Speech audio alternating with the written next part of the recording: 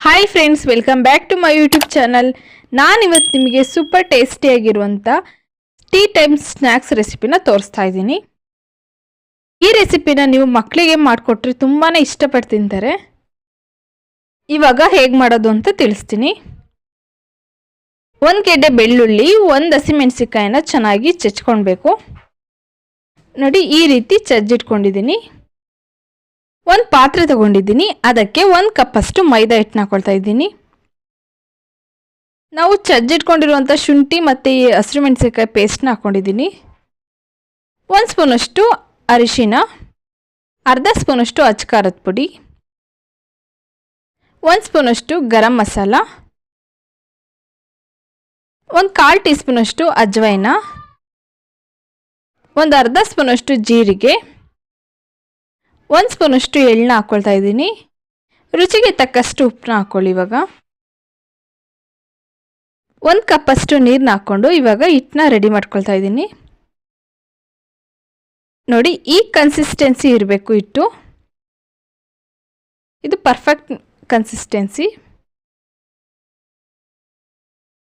ಒಲೆ ಮೇಲೆ ಒಂದು ತವ ಇಟ್ಕೊಂಡಿದ್ದೀನಿ. ಅದಕ್ಕೆ ನಾನು ಇವಾಗ ದೋಸೆನ ಹಾಕ್ಕೊಳ್ತೀರಾ ಆ ರೀತಿ ತೆಳ್ಳಗೆ ಹಾಕ್ಕೊಳ್ಬೇಕು. ತುಂಬಾ ತೆಳುವಾಗಿ ಹಾಕ್ಕೊಳ್ಬೇಕು. ಮೇಲ್ಗಡೆ 1 ಸ್ಪೂನಷ್ಟು ಎಣ್ಣೆನ ಹಾಕ್ಕೊಳ್ತಾ ಇದ್ದೀನಿ. ಜಾಸ್ತಿ ಏನು ಬೇಯಿಸೋ ಅವಶ್ಯಕತೆ ಇಲ್ಲ.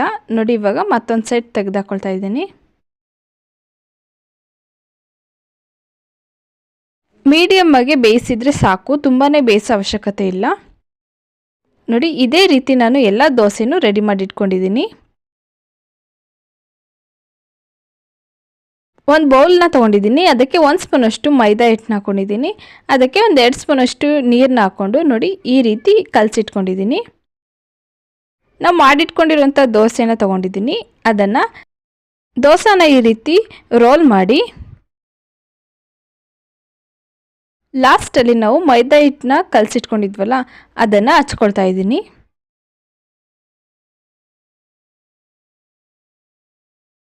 ನೋಡಿ, ಈ ರೀತಿ ಸ್ಪ್ರೆಡ್ ಮಾಡಿಕೊಂಡು ಅದನ್ನು ಮತ್ತೆ ರೋಲ್ ಮಾಡಿ. ನೋಡಿ, ಈ ರೀತಿ ರೋಲ್ ಮಾಡಿ ಇಟ್ಕೊಂಡಿದ್ದೀನಿ. ಇವಾಗ ಅದನ್ನು ಒಂದು ಚಾಕುವಿನಿಂದ ಕಟ್ ಮಾಡ್ಕೊಳ್ತಾ ಇದ್ದೀನಿ. ಈ ರೀತಿ ಮಾಡೋದ್ರಿಂದ ಲೇಯರ್ ರೀತಿ ಇರುತ್ತೆ ಸ್ನ್ಯಾಕ್ಸ್. ತುಂಬಾ ಟೇಸ್ಟಿಯಾಗಿರುತ್ತೆ. ನೋಡಿ ಎಷ್ಟು ಚೆನ್ನಾಗಿ ಬಂದಿದೆ ಅಂತ. ಇದೇ ರೀತಿ ನಾನು ಎಲ್ಲ ದೋಸೆನೂ ರೋಲ್ ಮಾಡಿ ಕಟ್ ಮಾಡಿ ಇಟ್ಕೊಂಡಿದ್ದೀನಿ. ಯಾರೇನೂ ನನ್ನ ಚಾನಲ್ನ ಸಬ್ಸ್ಕ್ರೈಬ್ ಮಾಡ್ಕೊಳ್ದೆ ನೋಡ್ತೀರಾ, ಪ್ಲೀಸ್ ಸಬ್ಸ್ಕ್ರೈಬ್ ಮಾಡ್ಕೊಳ್ಳಿ. ಒಲೆ ಮೇಲೆ ಒಂದು ಕಡಾಯಿ ಇಟ್ಕೊಂಡಿದ್ದೀನಿ. ಅದಕ್ಕೆ ಎಣ್ಣೆ ಹಾಕ್ಕೊಂಡಿದ್ದೀನಿ. ಎಣ್ಣೆ ಚೆನ್ನಾಗಿ ಕಾದ ನಂತರ ಒಂದೊಂದಾಗಿ ಇವಾಗ ಸ್ನ್ಯಾಕ್ಸ್ನ ಹಾಕ್ಕೊಳ್ತಾ ಇದ್ದೀನಿ.